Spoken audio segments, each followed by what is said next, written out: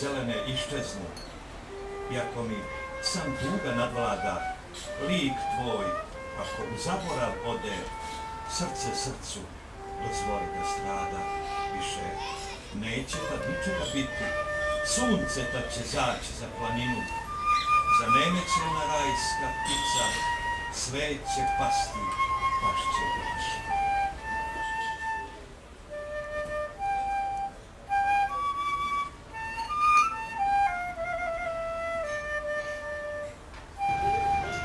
Ja bih da tekstu Srđana, ne bih poeziju uopšte, ne bih sada se držim teorije o njegovoj poeziji, nego da se osvrnem na jedan detalj. Fragmenti, taj tekst posvećen njegovoj poeziji, ovoj knjizi, i u podnaslovu te priče stoji da je taj tekst zapravo posvećen Mirjani Deteljić. Možda vama nepoznato ima, ali ako ste čitali pažljivo Srđanovu knjigu prethodno, ako ste čitali Svica, shvatit ćete da je zapravo Mirjana Deteljić osoba koja je pisala recenziju za prethodnu zbirku.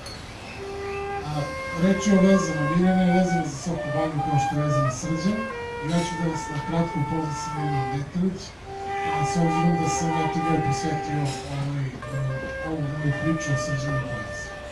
Mirjana Deteljić je dete Soko Banje, njena porodica je poklonila rodnu kuću Soko Banji i sada se tu nalazi gradska biblioteka Stena Srenac, a inače je upokojila se ove godine, na našu žalost.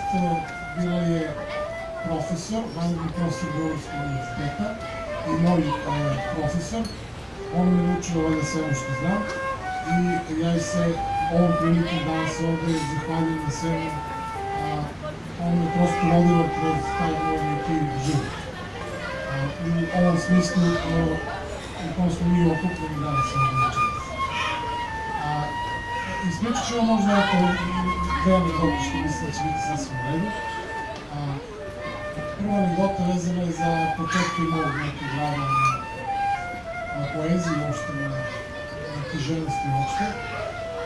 Reč je o početcima studiranja, kada ja prosto i susretom, zapravo sa prvim ispitom na fakultetu, to je bilo neko narodne književnosti, ja sam sve to nekako mogu da razumijem. Pomogla u tom kontekstu što je objasnila mi neke stvari, upravo u tom trenutku kad sam ja upisivao fakultet, ona je završala svoj doktorski rad koji nosi naslov Ljudski prostor i epika, i onako u nekim kratkim crtama ona je mene uvela u svet književnosti, objašnjavajući mi da je zapravo svet koji nas okružuje, svet u kojem mi živimo, neki drugi svet u odnosu na svet književnog dela. Znači da se tu sad ti svetovi uglavnom su različiti i ne dodiraju se, neki slučaje se dodiraju, neki se preklapaju i to tako prosto postoji u životu. Ja ne se mogu prosto da hvatam, vezujući se stalno za sopstveni život, da to pronalazimo u poeziji. Tek realisti kasnije pokušavaju da potpuno preklope ta dva modela. Znači da mi prepoznamo stvarni život koji nas okružuje sa književnim modelom. Ukratko, Mirjana Deteljić je pokrenula književnost u jednom sasvim novom kontekstu. Mirjana Deteljić niko nije mogla da shvati i da potpuno razumeli Miloša Crnjanskog, Mijanovića i sve naše velikane. Ona je čitavu priču vezivala za folklor i otvorila neke nove puteve knjižne kritike. Na taj način sam ja zavolio književnost, zahvaljujući Mirjani Deteljić. Kasnije, ova druga anegdota vezana je za priču koja se kraja fakulteta, koja je već 20. vek, ja sam već dosta toga naučio, već u srpsku književnosti 20. veka, i ja sam ovdje tu imao slučaju da se upozna s jednim pesnikom koji se zove Borislav Radović. Ja sam sve to lepo razumeo i sve to nekako išlo meni dobro, međutim, negdje u nekom prostoru, u nekoj dimenziji, ja kod Borislava Radovića nisam mogu da shvatim do kraja. Nešto mi je nedostajalo da ja to doživim, da ja to shvatim, da to meni bude tu zauvek. I opet sam se, naravno, pozvao na Mirjanu Dekelić i pita se mu: Mirjana, molim vas, pomozite mi, ja ovog čovjeka ne razumijem. Ja znam njegovu poeziju, reći ću neku zbirku koja se zove Raskošne doline. Sve tu u redu, on se tu vrlo ozbiljno bavi stihovima i onda se dogovorio to, kažem, nešto mi nedostaje. Mirjana mi je rekla: dragi moj Peđa, pa on je loš čovjek.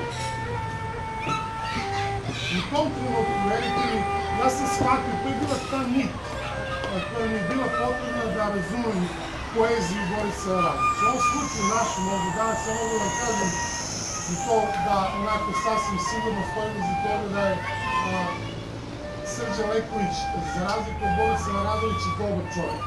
A ona je dodala na celu priču da, ja ću vam reći kontekst, čitav kontekst, rekla je Boris Aradović je loš čovjek, a loš čovjek ne može da bude dobar pesnik. Nešto slično se pojavlja i kod ovih stručnih, malo će znati kod Branka Mitkovića, tako prosvita. To loše misle da može jasno zapevati, toga nema.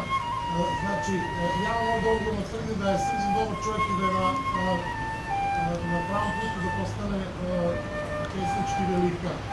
S obzirom da je u svom kratkom knjižnom opusu ispevao Svice. Počeo je sa zbirkom koja se zove Kad je reč o tebi, tu smo se mi nešto igrali, to su bili pesnički početci koji su bili onako pitki, zanimljivi, prijazni za dušu, ali ne toliko snažni. Onda se dogodilo nešto što je promenilo moj čitav život. A to je zbirka koja se zove Svitac.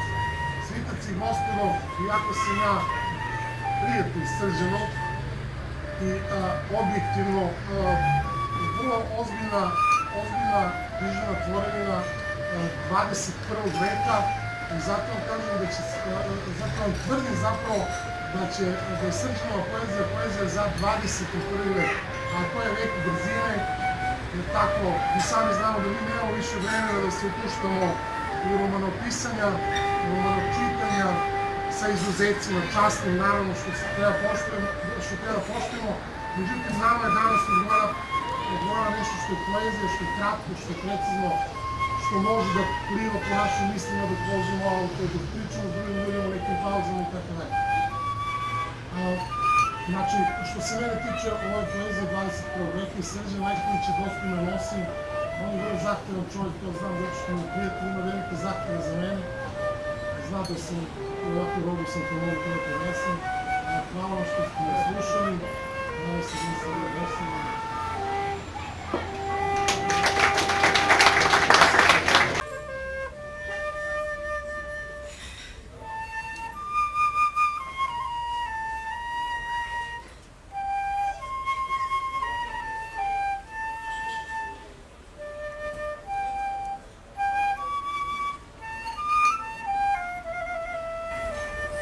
Sve ime, ovako nosi ime za treća knjiga Srđana.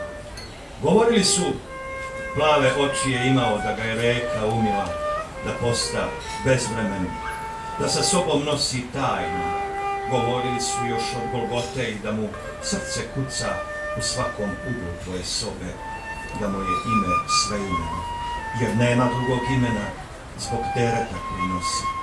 Da je svetlost to što se iz njega vidi, svetlost da se osjeća i tvorac da je noca, na čijem su planu vetrovi mirni.